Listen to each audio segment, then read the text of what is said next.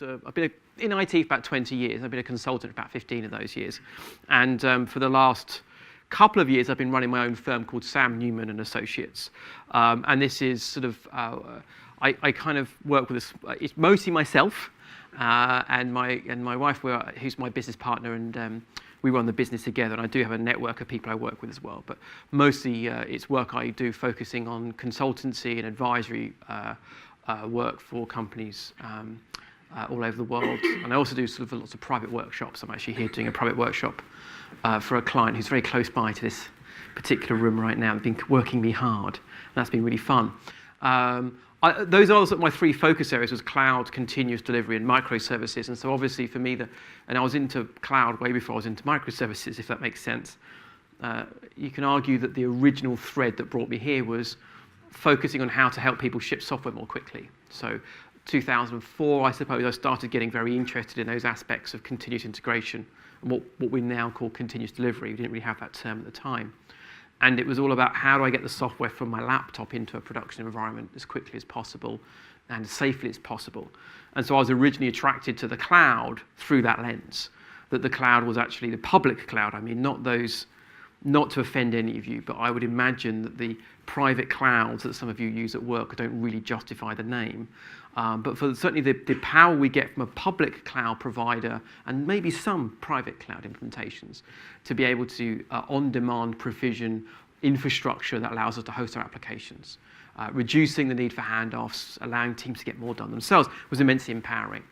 And the public cloud and cloud technology in general has been really great at enabling certain things.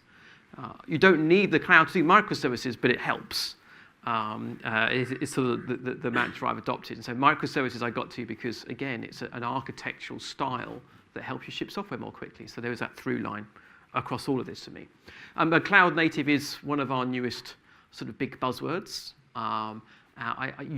It's hit peak hype. I had a CEO at one of the largest clients I worked with last year, who basically came out and more or less said, we're going to adopt cloud-native architectures and microservices to reduce costs and deliver faster, which helps me understand immediately that the CEO in question had no idea what either microservices or cloud-native was, and hadn't yet grasped the fact that maybe completely changing how you develop software as a way of reducing costs doesn't really go together. But we didn't get to have that esoteric conversation because the architecture team I was working with were 5 levels below the chief architect, who actually reported to the person in charge of the company. So that didn't happen. But I'm here to try and maybe make sense of it all. And so maybe what I'm doing here in this talk is playing back my own sort of journey through what we now call cloud native and what that means.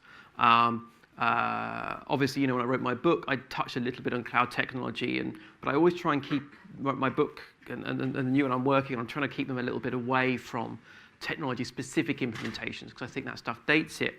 Cloud native, to an extent, might appear just a bit like a new term for an old thing, but we're going to get into that. But it is a very confusing term, the term cloud native. It feels a bit like digital native. Like a digital native. I think my stepson is technically a digital native, and I think digital native means they know what Snapchat is, but I haven't quite worked out all the details behind that yet. But there are 2 things I do want you to take on board before we go any further when it comes to cloud native architecture and cloud native computing, whatever you want to call it. The first thing is it's all about abstractions. Cloud native applications are just embracing a new set of abstractions that we didn't have in the past. The nice thing here is you just get to pick which abstraction you like the most. And like all abstractions, there are problems with this. And the second thing, this is very important, it's not all about Kubernetes. Because Kubernetes has been a big part of what the Cloud Native Computing Foundation have done, people sort of draw a conclusion. They draw a conclusion, if I want to be cloud native, I must use Kubernetes, which is rubbish. And the other conclusion people draw is, if I use Kubernetes, then I'm cloud native, which is also rubbish. But we'll get into that. So my own journey with the cloud started with Amazon. Amazon themselves, of course, have been around for a while. I didn't get involved really until about 2009, I suppose, when I first started working with the cloud. I sort of accidentally helped create the first ever training courses for Amazon. They were viewing what they did as selling utility.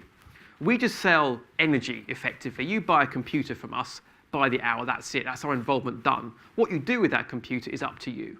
But they realized quite quickly that the analogy of selling electricity doesn't really work, because it's like you're selling electricity, but then your customers are electrocuting themselves with it constantly. So they actually had to give you guidance.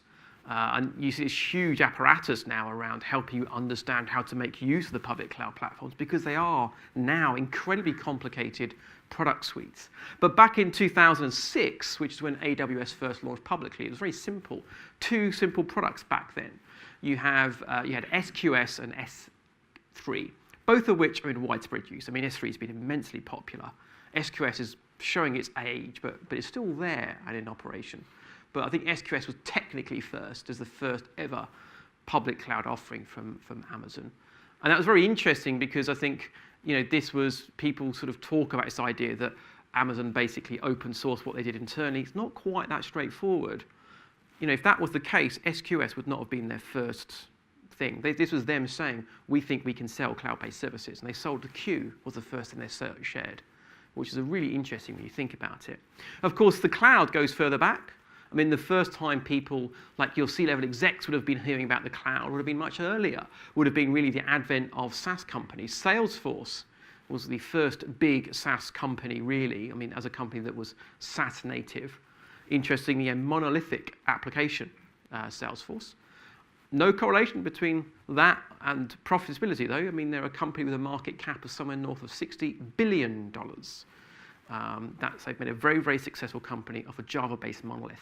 But they pioneered this idea of the cloud. And when I was working with teams saying we should use Amazon or AWS, people would be, I can't put my workloads on other people's computers. I don't trust those people. And the great thing for me was at those times, I could say, do you use Salesforce? And they go, of course we use Salesforce. We're a company. Also, all companies use Salesforce. And you'd be like, your data is already on somebody else's systems. You're clearly OK with that. Why wouldn't you be OK with this?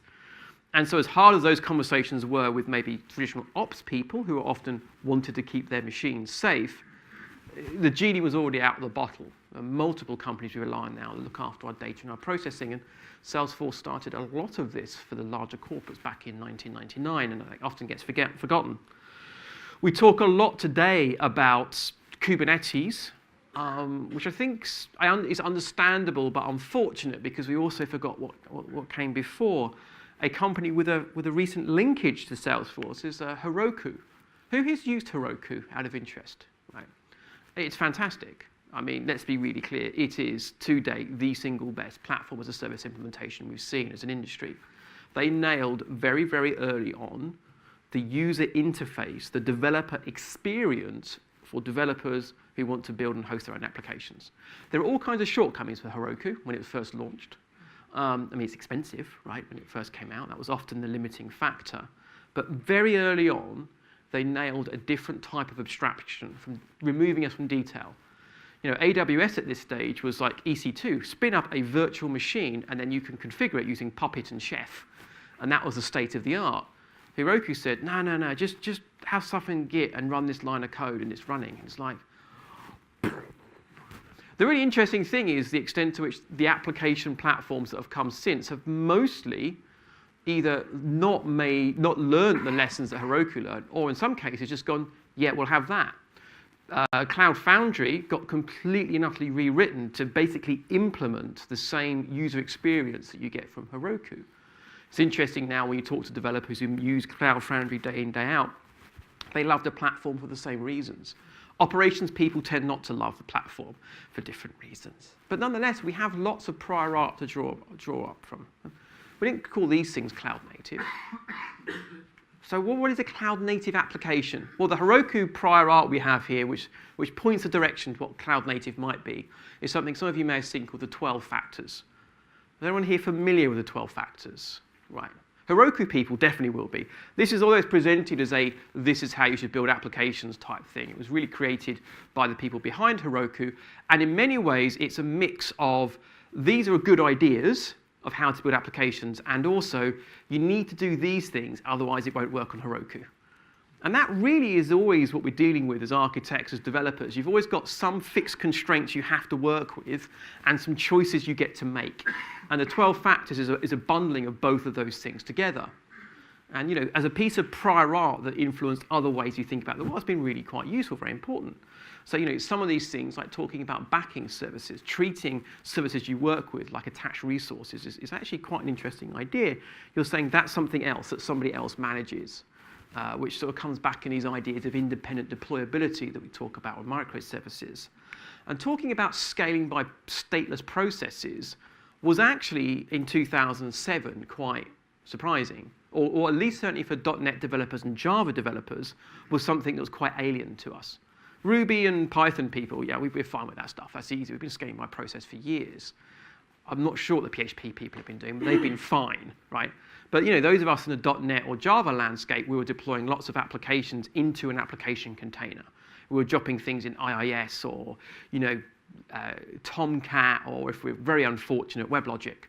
And scaling our application by getting a really big machine and putting lots of processes inside it. And that's a model that's dying off rapidly. And again, Heroku was there very early on. They identified some of the benefits by isolating process, because you get isolation of provisioning of the infrastructure around that becomes a really important idea. So the 12 factors, though, isn't really about cloud native. It's about this is what works well on the cloud circa 2007, and this is what works really well, again, with Heroku. And to be honest with you, if you followed the advice there, you still do a pretty good job. I still don't think it's quite the same as cloud native, though. When you talk about the cloud native characteristics, it doesn't really quite match up. And that's partly because some of the things we take for granted now were only imagined back then. So I went searching around for other definitions of what might be cloud native. I found a group called the Open Data Center Alliance, and they have a maturity model. And I dislike maturity models for a number of reasons, one of which being it implies that higher levels are better, and secondly, there's a linear path there, and both of those things tend not to be the case. But it's interesting anyway. So they have these detailed levels. I've got to say, I'm not a fan of this at all, really, when you get down to it, because I think it sort of misses the point a little bit. But one of the things they talk about here is level 3 to be a proper level 3 cloud native architecture. And they touch here on one of the sort of the biggest misnomers, I think, around cloud-based systems in general. Here it is. The application can dynamically migrate across infrastructure providers without interruption of service. Yeah, it's rubbish. Never happens. This is this idea we had early on with the cloud, because people were worried about that vendor lock-in. So we need cloud arbitrage. We need cloud brokerage. And when you look at teams that have implemented cloud arbitrage or brokerage layers, they realize it has a huge hit on productivity. Organizations as a whole may well have a multi-cloud strategy. You might want to have one team working with AWS, a different team working with Google to hedge your bets. That makes perfect sense to me. But trying to jump through hoops to create a platform or an application that can seamlessly transition across all of these different platforms, it's kind of a bit pie in the sky, partly because you can talk about cloud computing as being utility all you want. It's not really utility in the way we think of things being utility. You think about the power that comes out of the walls. In the UK, you can very easily change your energy provider. That system actually works really, really well. I can go to a website, compare with another company, click a button, and in 3 days, my energy is coming from somewhere else. Seamless. No one has to go and rip the cables out of my walls and replace them with different types of cables. No one has to get new appliances that handle different frequencies. It just works. Most of the computing resources we get from public cloud providers are logically equivalent, but not equivalent in terms of implementation detail. So you end up with all of this sort of stuff that tries to pretend they're the same things. Think of organizations that would not be adaptive according to this definition. Well, we can talk about Netflix, who are all on AWS, and Google, who run their own infrastructure, who would not be adaptive. They don't do arbitrage across different providers. Netflix don't. They might around bandwidth management. They do around their edge hosting, but not about the things that are on AWS. They're quite happy being all in. Does that mean we look down our noses at Netflix for not being adaptive enough? Well, no, it's a different type of success. So clearly I'm not helping, right? I have just explained what cloud native isn't as far as I'm concerned. So we should go look at the Cloud Native Computing Foundation, who actually do a lot of really, really useful good work. So the CNCF, for those of you who are old Java heads like me, it's Apache, but just for the cloud, right? That's basically it, right? An umbrella organization is actually under the auspices of the Linux Foundation, I think, who basically are curating a bunch of projects that work together to help build applications that use the cloud well. And that's sort of as simple as it is. Kubernetes was one of the first projects they helped curate. The idea being you get cross-company consensus around this to allow for some interoperability. We'll come back to that idea shortly. But they have a definition of what cloud native is, which is about as close as I've got to an official body having a halfway decent definition. But again, I'm not convinced about all of it. But we'll go through it. The first thing I say is container packaged. No. But dynamically managed, yes. Microservice oriented. I have a big problem with this one because they spelt microservice with a hyphen in it. And microservices does not have a hyphen in it. I've had the conversation. There is a change request underway to get this fixed on the charter. I need to follow it up and make sure it's happening. These are the kind of issues I deal with on a day-to-day basis, people. It's serious, serious stuff. But let's talk through these things. So container packaged. Why do we even bother talking about containers? Now, for me, I think this is silly because I think containers will increasingly become an implementation detail. But why are containers even in the mix here? Well, you know, there is certainly partly you get great clip art with containers. My friend Daniel's got all kinds of, like when containers go wrong presentation. And there's lots of pictures of container ships with falling over, and they look really fun. But there is this, they look the same, don't they? And that's actually kind of important. There's something about the uniformity of a container. You don't care what's inside it. That's useful. That gives you a unit of isolation. The first thing really is this idea of isolated execution. Even if you're not a public cloud provider, there can be benefits to running lots of different workloads inside containers because they allow for fairly cost-effective isolation of resources. Maybe not for some of you for different workloads from different clients or companies, because there are some concerns around security isolation of these things, although Windows containers fix a lot of those issues. But the idea is that you can much more cost-effectively break up a big machine into lots of containers that can run workloads independently of each other. And one container workload doesn't have to affect the other. So it actually tends to be much more efficient than virtualization. Virtualization, like type 2 virtualization that you see with something like VMware, makes use of a hypervisor. It's quite a different isolation model, has a much higher cost, so it's not as efficient when you want to really densely pack things together. Another angle that's really useful here is universal deployment.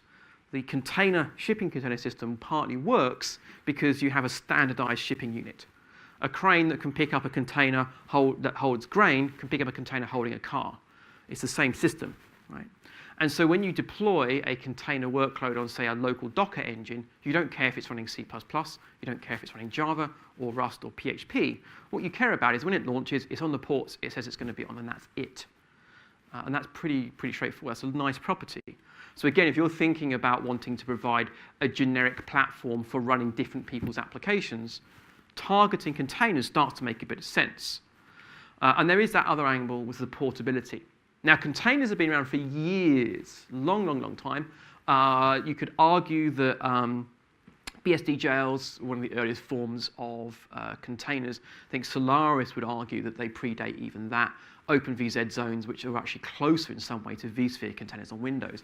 But these units of isolation were better. Well, the thing that the Docker folks did, which is very smart and I think was often overlooked, aside from creating that nice command line for managing containers, is they came up with an image artifact format for the container. Before that, you had a script to rebuild a container.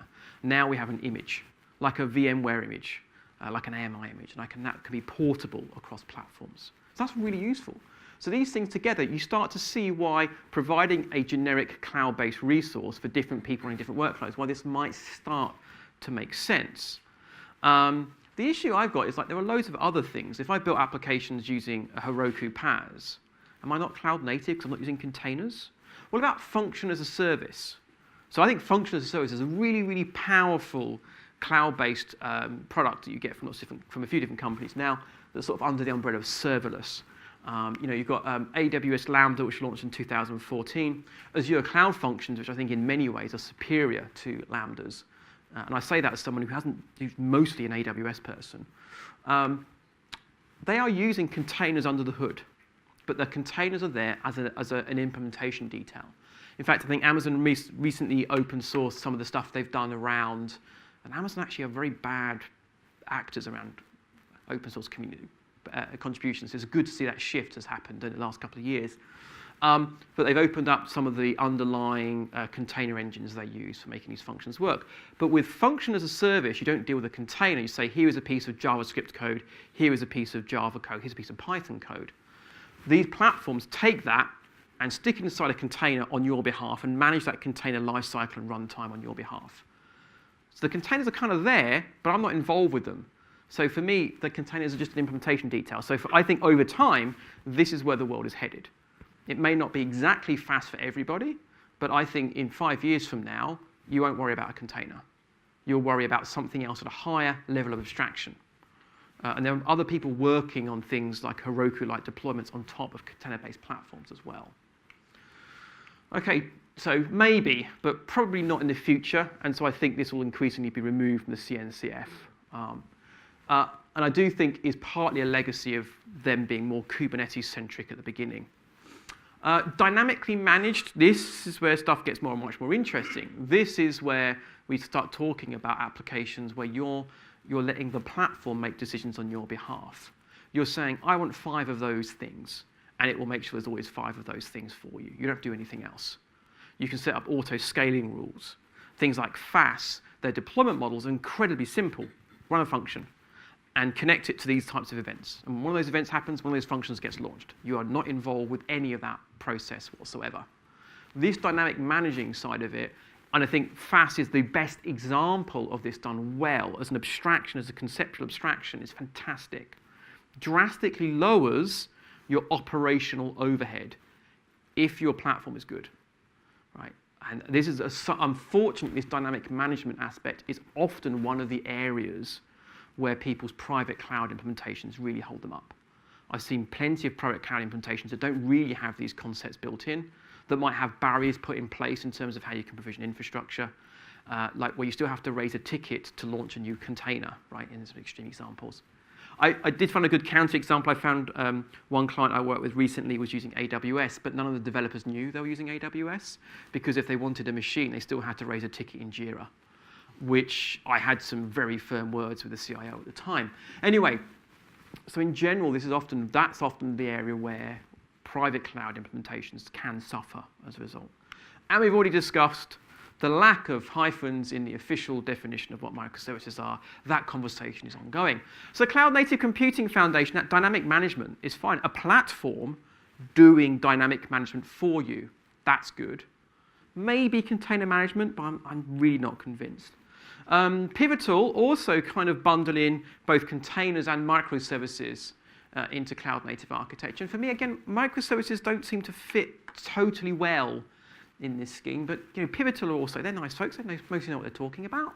So they put it in there as well. They've thrown DevOps and continuous delivery in there as well, which feels like it's like you've got all the buzzwords we've got knocking around the office. We'll just put them on one slide and we'll send that along. I can say things like that now because I work for myself. I'm only letting myself down.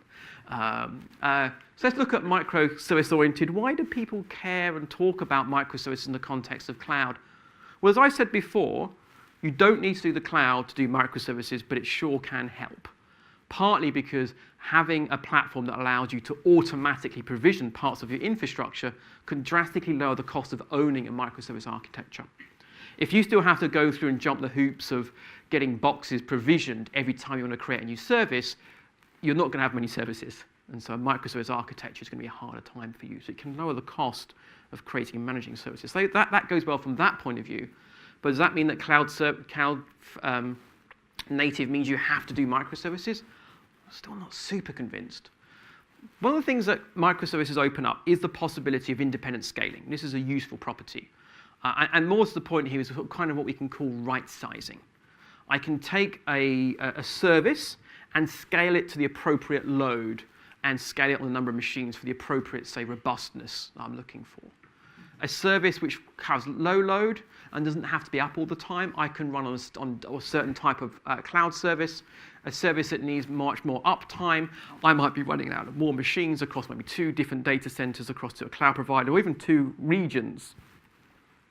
And so there is something there which is, if I've broken my solution down into these smaller services, I can better match the scaling requirements of one service against that cloud platform. It also allows you to look at right tool, right jobs. So as you break these, if you break things down into microservices, you might find pieces that can be pushed almost entirely into cloud-based providers. You might, for example, find that you can just run this particular solution entirely on functions, which can have some huge cost implications.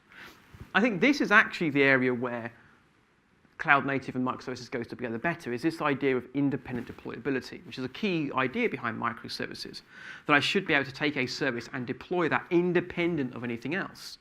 If you think about a lot of the cloud-based services, things do auto-scale. For that to, for that to work, I've got to be able to spin things up. Well, how does that work if I've got a distributed monolith? Right? I don't know how can that kind of work. So this opens up a lot of that dynamic management. The dynamic management aspects from a public cloud provider and the independent nature of these microservices, I think, can go very well together. I'm still not convinced that you have to do microservices if you want to say your application is cloud native. If your application handles and scales load dynamically based on what your users require, just because it's a microservice doesn't mean it's not cloud native. So again, beware of buzzword bingo. We can try NIST. Now, NIST in the US actually do have a model for what they call cloud computing. Not cloud native, but cloud computing.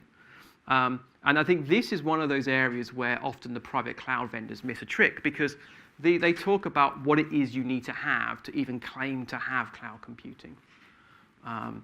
There was the recent State of DevOps report by DORA shows something like that high-performing IT teams are over 20 times more. No, so yeah, they are 20 times more productive than those teams not using cloud platforms.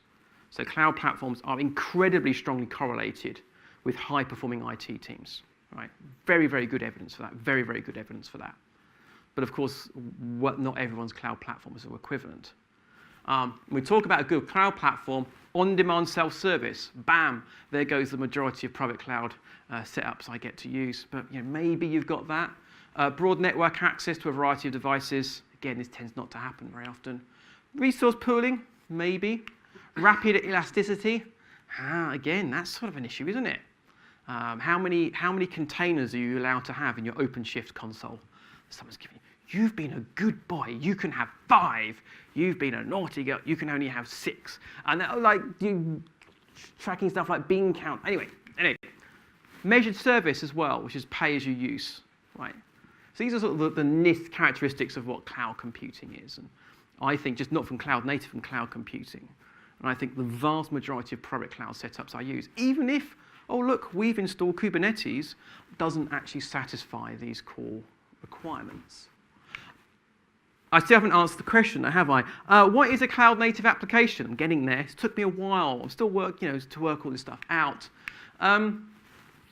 Let's think about the evolution of our use of the cloud. And these are the different ages of evolution, maybe, I don't know. But we start off with the lift and shift.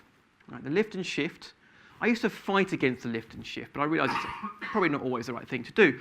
The lift and shift is where you take an application that was never built with the cloud in mind, and you pick it up, and you drop it from a great height onto some sort of cloud platform.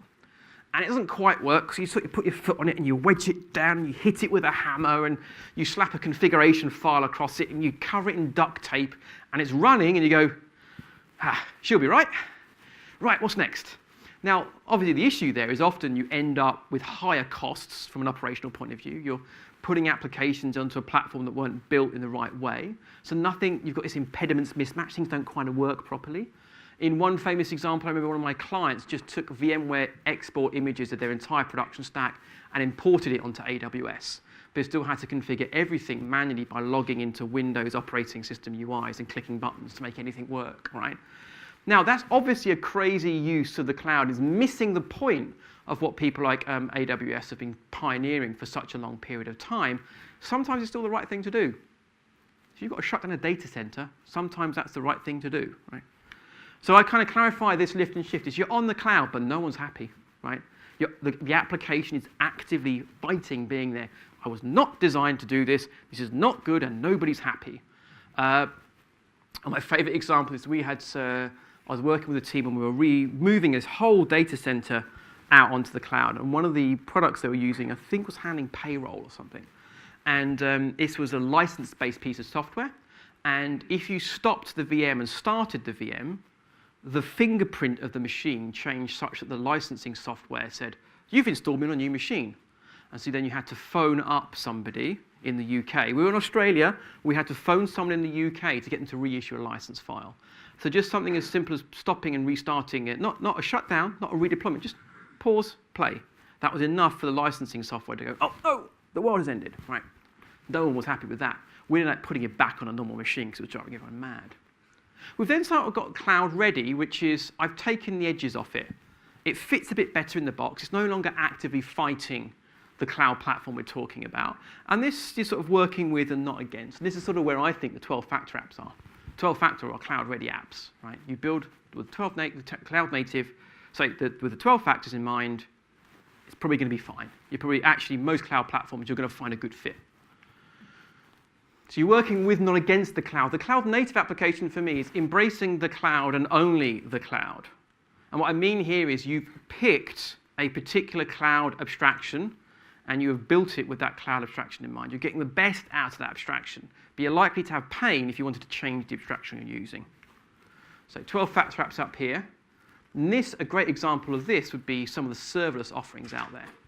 If I have built an application that is making use, for example, of Kinesis and SNS and FAS on AWS, I'm getting the most use out of that cloud platform. I'm getting huge amounts done for me by the underlying vendor because I've chosen a cloud abstraction.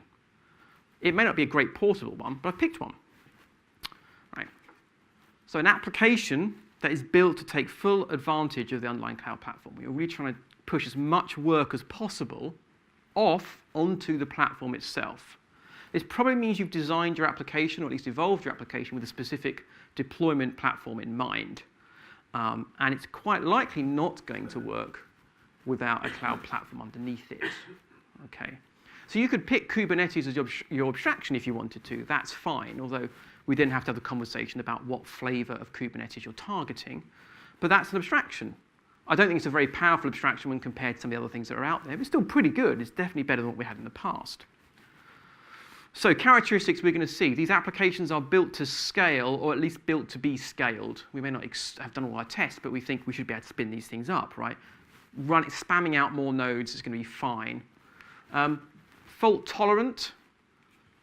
This should be, yes, but often people assume fault tolerant means the platform can magically do it for me. No, your application has to think about this yourself. Maybe decomposed into services. I think that makes it easier to take full advantage of the underlying cloud platform. But clearly pushing work to the platform and being highly, highly automatable, right? You're looking to push the work to a platform that somebody else manages. You're looking to buy into somebody else's abstraction. When you do that, you get all this cool stuff, which is called free time, which you can use writing new software or going to the pub or skiing. Whatever you want to do, right? What you lose is control. When you buy into somebody else's abstractions, you end up losing control.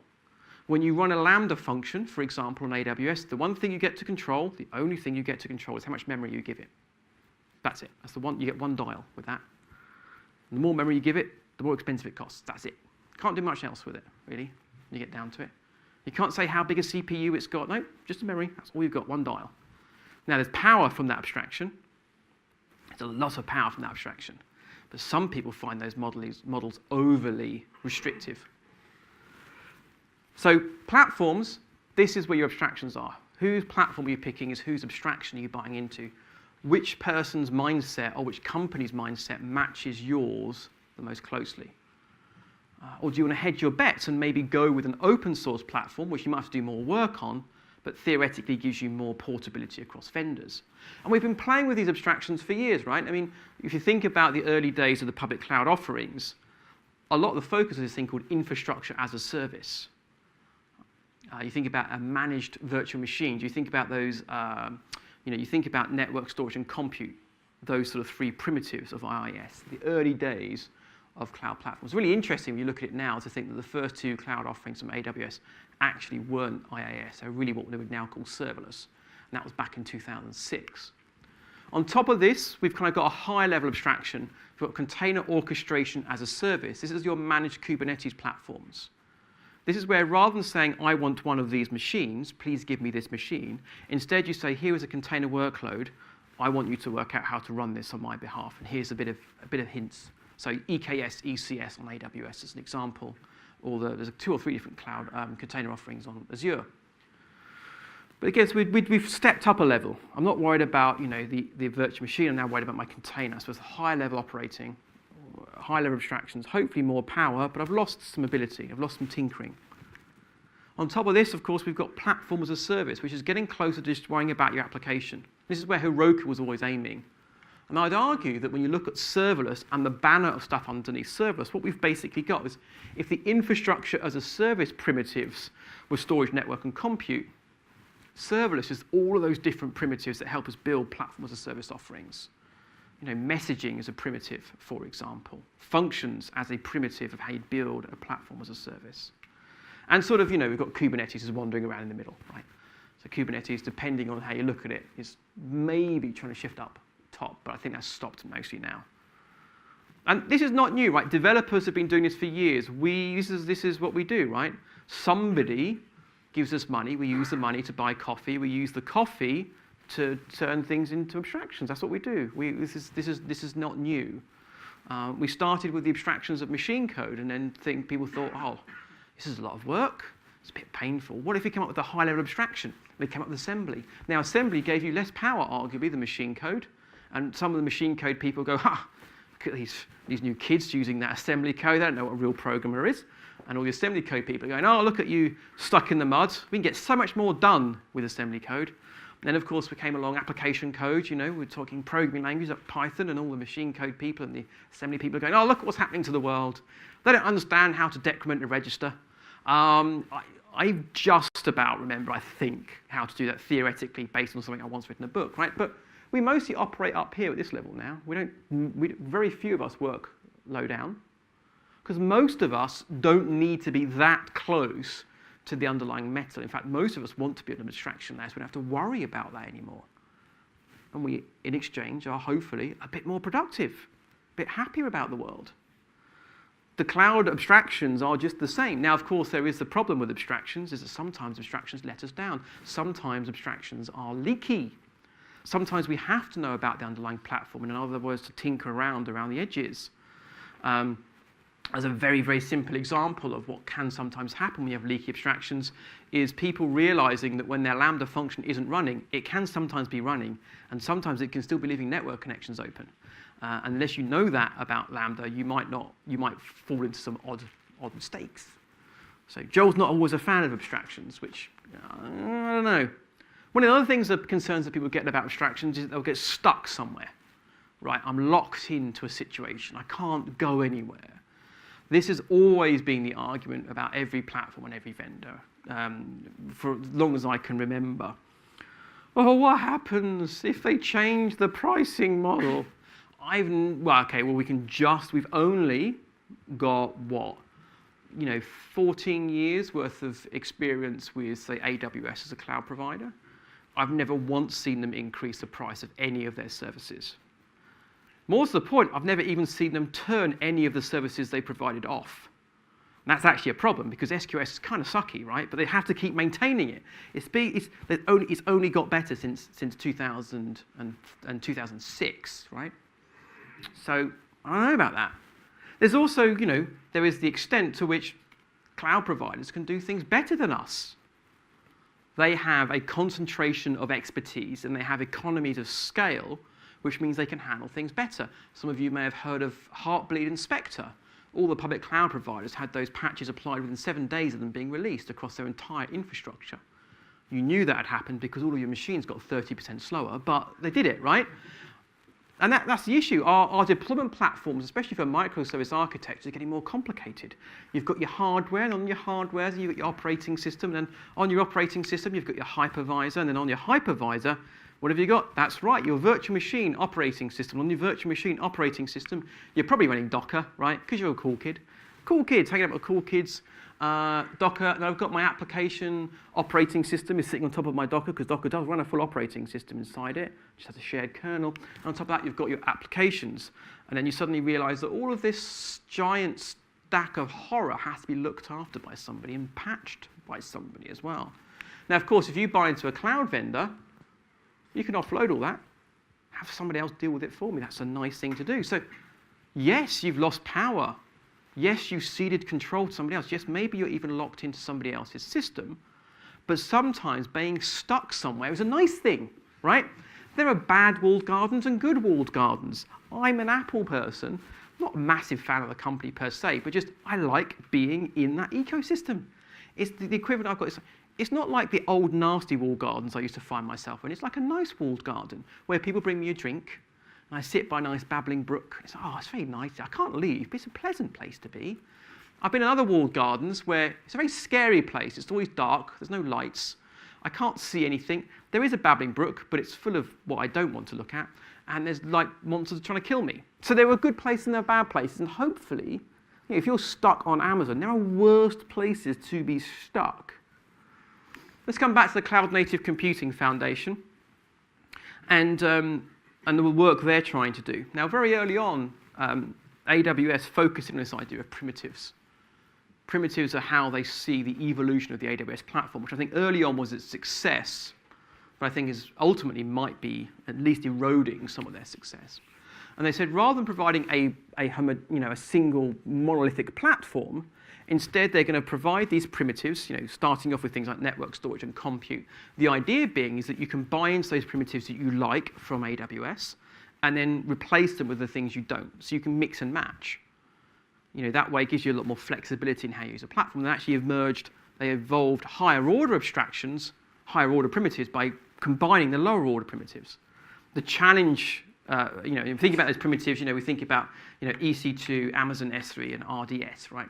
RDS is an example of a higher order primitive. It's a primitive which is a managed database instance. Under the hood, they're standing on top of the managed primitives of EBS, the ASIC block store device, and EC2. The challenge with this is they're trying to iterate themselves to more highly abstracted abstractions from the lower level things. And I think that's also why a lot of the developer experiences of Amazon technology is quite poor. It's not really thinking outside in terms of usability, but it's being really successful. Because it means if I come to your platform and I like 80% of what you do, and I don't like 20, I can take the 80 and do the 20% myself. And that's really helped them in terms of adoption cycles, right? The Cloud Native Computing Foundation, to an extent, are doing the same thing for cloud native applications. What they're doing is just identifying these higher order primitives, identifying projects or classes of projects that are needed by people when they want to build a cloud native application. Now, they've adopted the idea of it being container managed. I think that will fall away over time. But there are certain problems that need to get solved to build platforms and cloud native platforms. And certainly, the focus of the Cloud Native Computing Foundation has been in terms of being platform agnostic. So the idea isn't to say there should only be one tool for each job. It's more to say, when we talk about this job, this is what we mean, and we're going to strive for interoperability between those different platforms. So there are multiple choices from container runtime, and I think even secret storage. And there's certainly there's a couple of different service meshes, Linkerd, and Envoy is not a service mesh. That's wrong. Anyway, don't have that argument separately. This idea of cloud agnosticism seems great. We are going to be vendor agnostic. Aren't we brave? Vendor agnostic. It's sort of good because we're not locked into a vendor, but we should also remember where Kubernetes came from, right? Kubernetes, the altruistic view, was Google wanted to give forth some wonderful technology to the world. The cynical view, which was Google was realizing it was distant third on the public cloud battle. I mean, a distant third, and remains a distant third, was worried about the existential threat of Amazon being the only place that people ran public cloud workloads, and so released some technology that they hoped would allow people to be portable across cloud vendors. And that's actually worked out pretty well.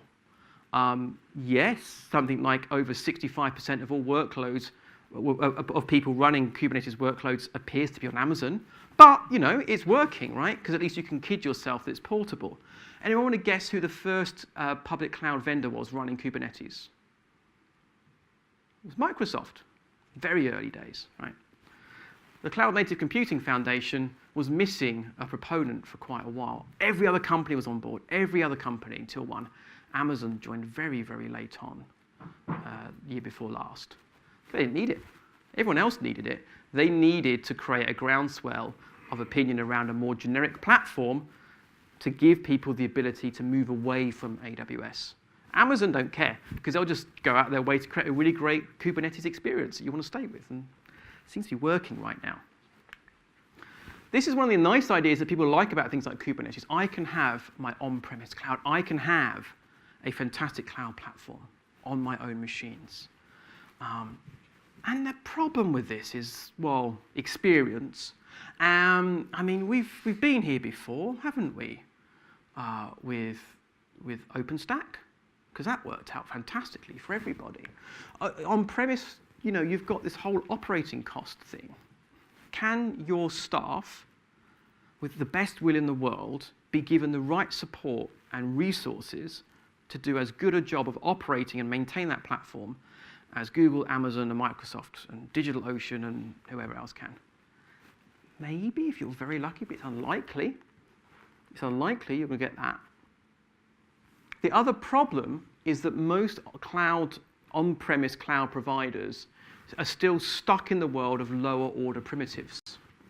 They're not giving you the really cool higher order primitive stuff we expect. When you look across the Cloud Native Computing Foundation's projects, there's notable gaps here. There are huge gaps, actually, when we think about what we get from the public cloud providers. I can take all of this and hook it together and run this on my own system, but there's gaps here. Right? Where's data? Where's storage? Turns out data and storage are really hard problems to do on-premise well. Now, for me kicking it earlier, OpenStack at least tried to deal with that first up as one of the main problems that they dealt with. Something like Amazon S3 is conceptually incredibly simple. Providing that on-premise is very hard and typically involves cutting a 7-figure check to NetApp for a big machine and lots of disks. Right?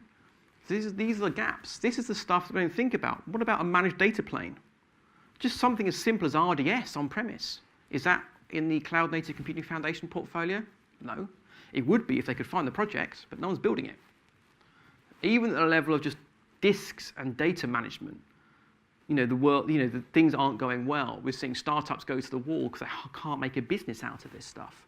So I'm still kind of, I love the technology they curate, do not get me wrong, but don't kid yourself that you can pick this up, drop it on your private cloud platform, and end up with an offering that's as good as what you get from the public cloud providers.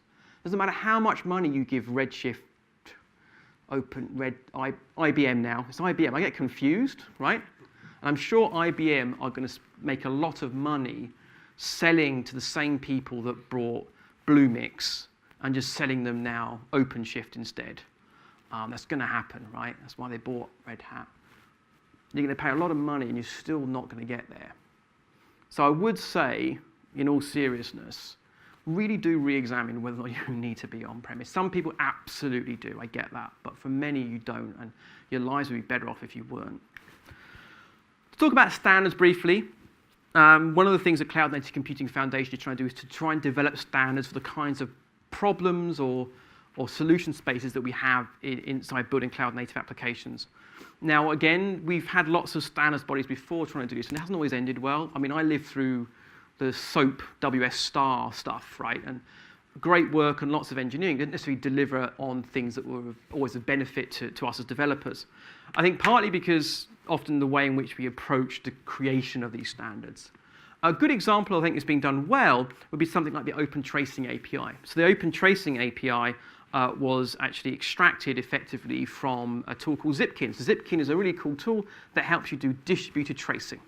So it's actually a tricky problem to do well, in terms of how you trace calls through a system, determine accurate timing and all those sorts of things. That's kind of a hard thing to do well. Zipkin was created at Twitter, did a really good job of doing that, and they came up with this Open Tracing API by looking at a real-world use of this thing. This works, let's pick up that as the standard. And that's the right way of doing it. Let the standards emerge from real-world use. You've now got a variety of different technology out there that supports the Open Tracing API, both commercial tools and non-commercial tools. Most people now actually would pick Jaeger as an open source implementation of an Open Tracing API rather than something like ZipKit nowadays, but things like Datadog support it as well. This is a good example, I think, of what the Cloud Native Computing Foundation are doing well. As I said, they have loads and loads of members, and yes, there is Amazon there on the top left. And this is good. There is some great smart work being done. There's an awful lot of there's a lot of goodwill going on. There isn't too much vendoritis going on either. And I know quite a few people involved with this, and it really, I think they're doing an excellent job of trying to corral all of this stuff. And it's been much more successful than some of the earlier industry events I've seen. It's sort of interesting because I come back to this sort of slide every now and then. It's like, are we just collecting together buzzwords, or is there something else going on? We've got abstractions building up on abstractions. I think we've kind of got ideas and concepts building up on top of ideas and concepts. I've sort of, in the last 20 years or so, I've been around where lots of interesting things have been happening. I think it's just purely coincidental. It's got nothing to do with me. I was just there when it happened, right? If you think about it, the emergence of agile and lean development as being a sort of course, it's now the de facto way of how you create software, even if people are still doing waterfall a lot. But, agile and lean. And, agile and lean gave us DevOps to an extent. The mindset about breaking down barriers, that cultural movement that comes from DevOps was very much inspired by the idea of some of the ideas coming out of lean and agile, as was sort of continuous delivery. Continuous delivery comes straight out of the Agile Manifesto. It's one of the 12 principles that no one ever looks at. You've got the four things on the first page. Second page is the second page of the Agile Manifesto. It's there, you should read it, it's great. Continuous delivery came straight out of that. Of course, continuous delivery and DevOps really influenced and reinforced each other. Distinct things, but there's a lot of overlap, right? Reinforcement of ideas. If you think about the public cloud providers, that technology was created to enable that kind of delivery thinking. You wouldn't come up with a public cloud provider unless, with the public cloud offerings unless you thought, wouldn't it be good if developers could provision their own infrastructure? And why would you want to do that? So you could go faster, so you can improve autonomy, so you can get things done, so you can avoid handoffs. Amazon wanting to work the way Amazon did, which is very much built on sort of lean thinking, they needed something to do that for themselves, and they thought, well, we should make some money off it while we can. And boy, oh boy, have they done that, because it is very profitable for them. Microservices at one level are not a new idea in any way, shape, or form, and you'd be totally appropriate to say, it's just basically modules with networks in between, and you'd be right. But we couldn't do modules with networks in between very effectively back in the 60s because of the technology implications of that and because of the working practices. We didn't quite have our heads around some of these ideas. Microservices has been made possible by all of these things. Again, you do not have to do these things to make microservices work, but microservices wouldn't exist without that prior art. And I think when we think about cloud-native applications, it is to an extent trying to bring all of these threads and all of these ideas together. Just taking strands and ideas and bringing it all through. Also, depending on how you want to view it, maybe giving up a whole lot of power and autonomy to one of a small number of very big technology companies. Are you happy with that? I'm not sure myself. I go backwards and forwards on this one a lot. Like, Lambda's pretty good. Cloud Functions are awesome. But do I want all of my stuff running on someone else's machines? There's still a bit of me that's not so sure about that. The nice thing is nowadays we've got more of a choice. The starkly different choice between running your own OpenStack setup, which normally involved like getting a big company like Fujitsu, or to take all of your money, versus AWS is a huge gulf. That gulf has closed a little bit, but as the private cloud offerings have got better, so have the public cloud offerings. You might not be happy with that, but there is still a big, big gulf between the experiences that you get from those two platforms. So, is building cloud-native applications for me? Right? Well, you've got to be okay with buying into a platform. Right? You really have got to be okay to buying into a platform. And you're probably also going to have to get a bit smarter about continually assessing the new technology that's coming out there. And that's just a good idea anyway, because there's so much stuff coming out there, and especially the stuff that's happening in the function as a service space has profound implications for how we design applications. If you want to embrace this stuff, there are lots of new skills you're going to have to learn. You might even need different types of people, which is more of a scary thought. Lots more work to be done here. People wanting to take on different responsibilities that they didn't have before. If you're worked in an environment where you're used to handing something off to an operations team, do you still do that today? Is that how you want to work? Or do you want to be more empowered with this stuff? It also changes the role of operations people as well. Are you now doing all the work, or are you helping other people get their work done? It's a big shift. And that's a shift we've been going through for the last 15 years, right? And the other thing, of course, here is you're going to have to accept some of these constraints. If you're going to buy into someone's platform and buy into their abstraction, you're going to get more stuff done, but guess what? You can't go and tinker with your own machine code anymore. How much you're happy with this is down to you. You may just have to pick a lower level abstraction because you need more control and power, but just accept you're going to have to do more work yourself. When done well, you're building applications to the cloud, especially if you're embracing the serverless technologies, then you have the opportunity to rapidly reduce your operating costs in terms of operational overhead, not necessarily in terms of how much money you give Amazon, right? I know OpEx comes out the same budget, right? But if I'm spending less time worrying about patching machines and more time writing code, that's normally going to be a net win for everybody. It should also therefore allow you to move faster as well. I can scale up, scale down, I can quickly throw applications up and out there without having to jump through too many hoops. And hopefully, like, handle scale and, I think often overlooked, security aspects significantly better than if you were trying to do these things yourself. And I think that's one issue where it's pretty hard to argue around, is that there are some just the basics that are actually quite challenging to do in today's deployment topologies. And having people that just think nothing other than how to handle that stuff on your behalf, who you're paying, a few dollars an hour for the privilege, that's a pretty good return on your investment. I've got loads more stuff out there on this stuff. I've just done a video series for O'Reilly on microservices and serverless. So if you sign up to the O'Reilly bookshelf, which you can get for free for a 30-day trial, you can watch this whole 3-hour tutorial, which is broken down into sort of 5 and 10-minute sections. The idea is you can watch it while your builds are compiling. For those of you who use Python where you don't have to wait for builds to compile, like me, you can't watch the video. You have to wait till your evenings because we're just too busy being productive. But if you have to wait like some kind of Neanderthal for your code to compile, then yes, this video might be for you. There's other stuff up there, and so they've got some great overviews more on cloud native and people doing deep dives into how to build cloud native applications with different stacks. So do take a look. And again, you can binge for 30 days and no one will charge you. And that means you can save enough money to buy a couple of copies of my book, which I think everyone will be happy with. Thank you so much for your time. I've got a little bit of time for some questions, but I hope you've enjoyed the talk today, and thank you.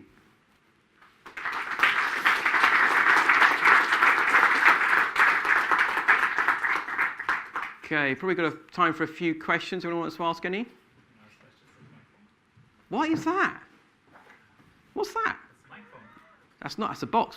Yeah, but you can throw it around and it's soft and it won't hurt anyone. That seems like it's taken some of the fun out of throwing stuff, though. If If you throw it really hard, Now you're talking. Okay, who wants a box thrown really hard at them to answer? Anyone got a question? Okay. Well, there we go. Go ahead. How come you don't have HTTPS on your site? Old slide. I also like trolling Troy when I see him for presentations. I'm always promoting HTTP. AS stands for slow. Yeah, just purely a typo. Don't worry, my site will automatically redirect you over to HTTPS. And I think I've got HSTS set up. And preload. I've got preload set up. Anyway, yeah, I'd never live that down. But good spot, thank you. I'll fix that slide. Okay, go ahead. Not so much related. Oh, do you want to throw the thing because there might be people on the stream? I don't think it works. Okay. What are your thoughts, if you have any, on use of workflow for orchestrating microservices in a setup like that? So I think my views really on that are the same as with all kind of BPM type solutions. So probably thinking of things here like, arguably Lambda step functions fall under this bracket as well. So where basically you've got different services that play different roles, and you've got something else that tells them how to work together. So BPM is a business process modeling has been one way of achieving this, where often you'd have a tool chain that allows you to come up with a graphical representation of how these things are going to interact. The idea being that non-technical stakeholders would design your process flows. You as a developer would create the low-level thing, and they'd pull it all together to make something big happen. And there's some nice ideas with that sort of stuff, right? Having the visual representation of that stuff is awesome. Loved it. Love it. It's great. The challenge I've always faced with those things is that it's never a non-technical stakeholder that ends up creating those flows. It's always a developer. And some of those BPM tools historically suffered from things like not playing nice with version control, often because they created file formats that were often binary or couldn't even be diffed easily, often being hard to test and not developer friendly. And sometimes actually just writing code is a nicer experience. And so I still have those concerns. And so the things that are offered by the cloud vendors, they're a little bit, I don't have all the same concerns in as much as they're slightly more developer friendly, but I still have those same issues. The other problem with BPM and sort of those orchestrated based solutions is that they potentially give you a place where business logic can become centralized. And so what can happen in those environments, not always, is that the services you're talking to don't really have any smarts of their own, and they've all become embedded in these sort of these workflows. Now, again, the simplicity of some of the cloud-based providers makes that hard to do in some of them. Right? In some of the situations, it's quite hard to centralize much in something like, say, step functions, for example, which are very simplistic in what they can do. A really interesting take on that, you should take a look at Azure Durable Functions, which on one level look like step functions, and on the other level are totally different. So with Azure Durable Functions, you basically just look like a normal function, but then you can await on other things happening. So you just write it in C# code. And so I say, I'm going to wait on that function. And what happens when that happens is your function gets suspended, and the entire state of that gets suspended too. And when that function completes, they re-invoke your functions. It's much more like continuations, in fact. It's a really powerful model. And the underlying architecture opens it up for other different kinds of platforms. And that should theoretically allow you to orchestrate through code. So I have the same concerns. Definitely do take a look at some of them. But yeah, the concerns really are, who is the audience for this, and what do they want? And if you really, really have to do your own BPM, something like Comunda's not bad. Thank you. You're welcome. Anyone else? There's a question right at the back. So let's see. There we go. Look, it's a relay system. This is great. I like this. So you mentioned that we should maybe choose cloud solutions over on-premise solutions. But how do you, for example, balance when your product actually is, the product that you sell is on-premise solution in its offer? So how do you convince your managers or sales that actually that model maybe should be abandoned in a sense? Yeah, you're not going to win that one if you're the one pushing it. I've actually worked with 2 separate clients in the last 2 years who, as a product direction, are moving away from on-premise delivery. So I think those types of things are different because that's part of a product strategy. So if you come and say, actually, what tends to be happening is that having to install the software on customer premise becomes a barrier to engaging new customers. Often it's work. I have to go to your premise. I have to talk to your operations people. We have to install that software together. You have to learn to support and manage that software. So there's like a level of effort and buy-in that is required in those situations. Whereas, go here, click button. You have access to our app. That SaaS-based serotonin hit is a much easier customer acquisition model. And so for me, a shift, if you're doing on-premise installations, then a few things. Firstly, you're going to have to be much more modest in how aggressive you are at microservices. Microservices are a pretty terrible option for on-premise deployments. But you may well find pressure coming from your product side. If you are interested in agitating, I would be saying, are we thinking about doing a SaaS-based version of our software? There's also kind of an intermediate ground where you can think of single tenancy SaaS, and this can be a migration path. This is what I was talking about with one of my clients, which was our software isn't built to be a multi-tenanted SaaS-based software. It's supposed to be built and deployed on-premise. What we could do, though, is we could take a copy of that and run it in an Amazon account for our client. So it's their own thing. It's theirs. It's like in a box. We manage it on their behalf. And so we've got more control. So it's easier for us to maintain it than it is for them because we know how it works. But that can be sort of a halfway between the two, which is effectively a single-tenanted SaaS model. I wrote up a bunch of stuff for this on my website. But yeah, on-premise installations is hard. And I'd say it's got to come from the customers to make that sort of change. And there are some problem spaces where this isn't going to shift, right?